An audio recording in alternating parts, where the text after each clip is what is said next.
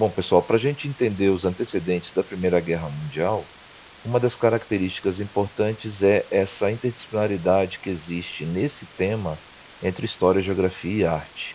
Principalmente aí quando a gente fala das inovações tecnológicas revolucionárias que vão aparecer nesse período, tá?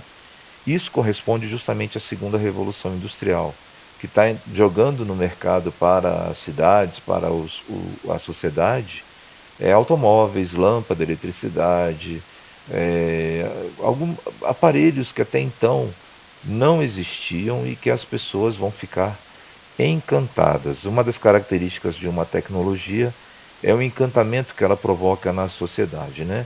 E isso vai fazer com que as sociedades urbanas, principalmente as elites, que vão consumir, ser os primeiros consumidores desses produtos, é a criação de novos hábitos, né, como frequentar cafés, bailes, se for organizados bailes, ir a teatro, ir a parques, e é justamente esse período aí que é conhecido como Belle Époque.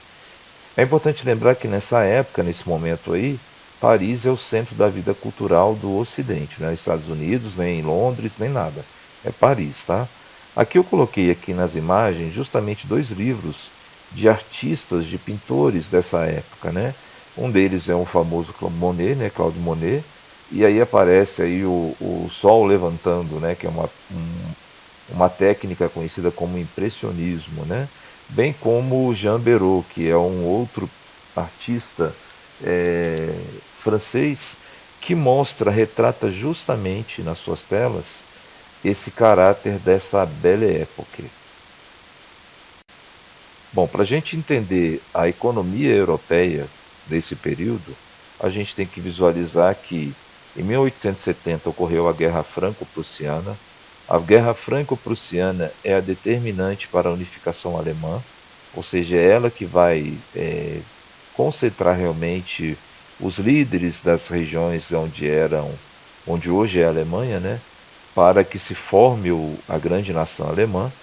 E nessa guerra a França perde o território da Alsácia-Lorena, que é uma região que tem muita riqueza mineral, principalmente de carvão mineral e de minério de ferro, materiais, matéria-prima necessária para se fabricar aço, né?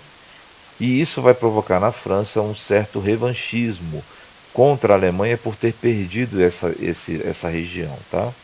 Em 1871 acontece a unificação alemã, e essa unificação ela é acompanhada por um crescimento industrial muito rápido, que faz com que a Alemanha entre em mercados, no mercado europeu, né, com produtos alemães no mercado europeu, e faz com que também a Alemanha, juntamente com a Itália, comece a adotar medidas protecionistas. O que é medida protecionista? Simplesmente você, quando compra, você produz por exemplo, um automóvel no seu país. Você tem uma marca própria do teu país de automóveis. Aí começa a chegar no teu país automóveis vindos de outros países.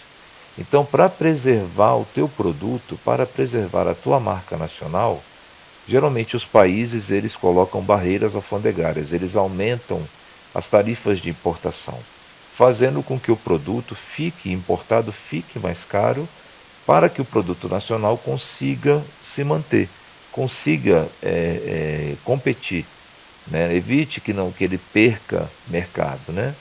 Então essas medidas protecionistas vão acontecer muito nesse momento aí, principalmente iniciados com a Alemanha e Itália, que foram os dois últimos países europeus a terem a reunificação, entrarem nesse modelo aí, né? Vai ocorrer uma disputa imperialista entre a Alemanha, a França e o Reino Unido, uma vez que, quando a Alemanha se unifica e quando a Itália se unifica, eles também querem ter territórios, terem colônias, né? Só que o mundo inteiro, as colônias africanas, as colônias na Ásia, estão divididas justamente entre França, Reino Unido, Portugal e Espanha. Então não sobrava terra para a Alemanha e para a Itália para poder utilizar. E isso é que leva esses caras a adotarem um modelo protecionista e a também entrarem nessa disputa imperialista, ou seja, tentar conseguir território, né?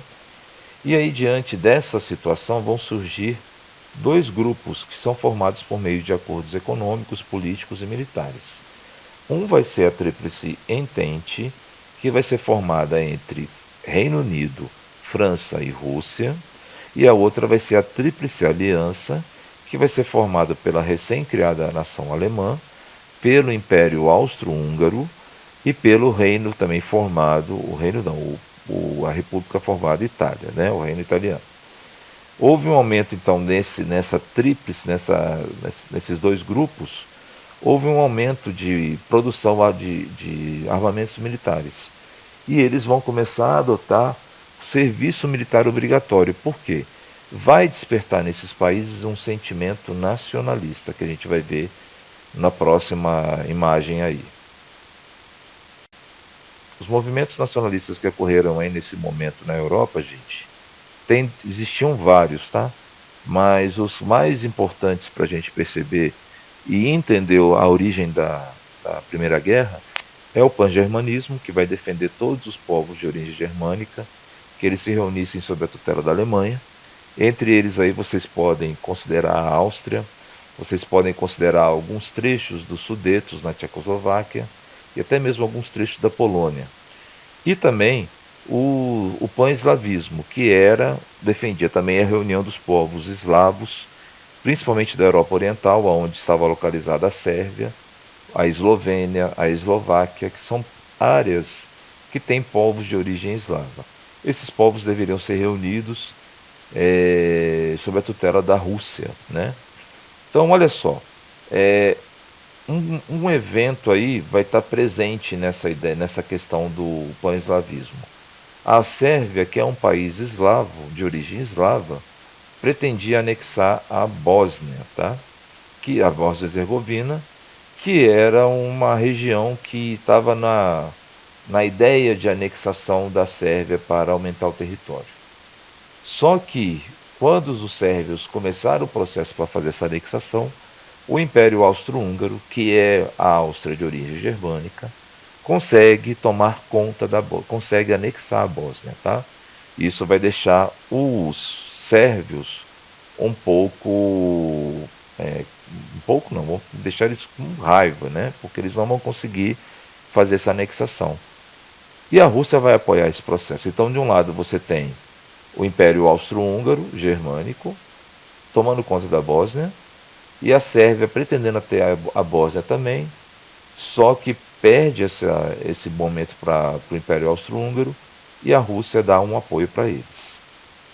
Bom, o arquiduque Ferdinando do Império Austro-Húngaro resolve fazer uma visita a Sarajevo, que fica na Bósnia, né? Com o intuito de mostrar para os bósnios, né, os sérvios, que quem tomava conta daquela região ali agora era o Império Austro-Húngaro.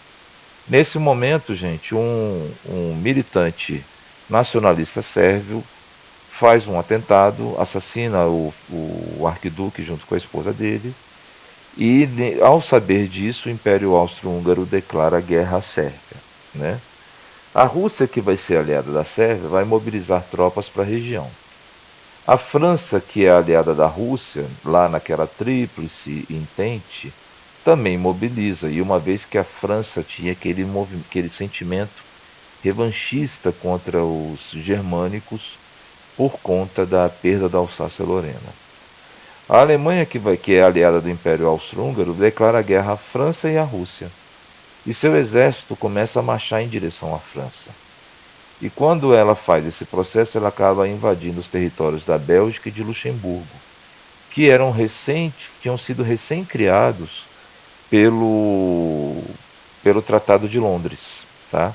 O Tratado de Londres reconhecia os belgas e o pessoal de Luxemburgo como países, como estados, né? E que deveriam ser mantidos neutros nesse processo, né?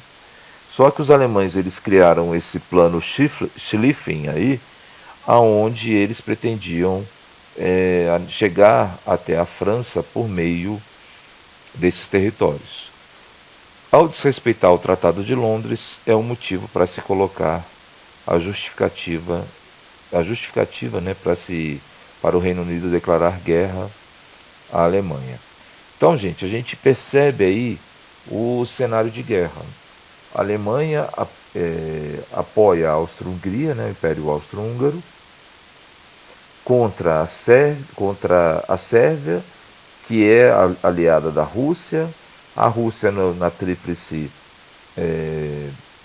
Entente é aliada da França e aliada do Reino Unido, que também se mobilizam nesse processo.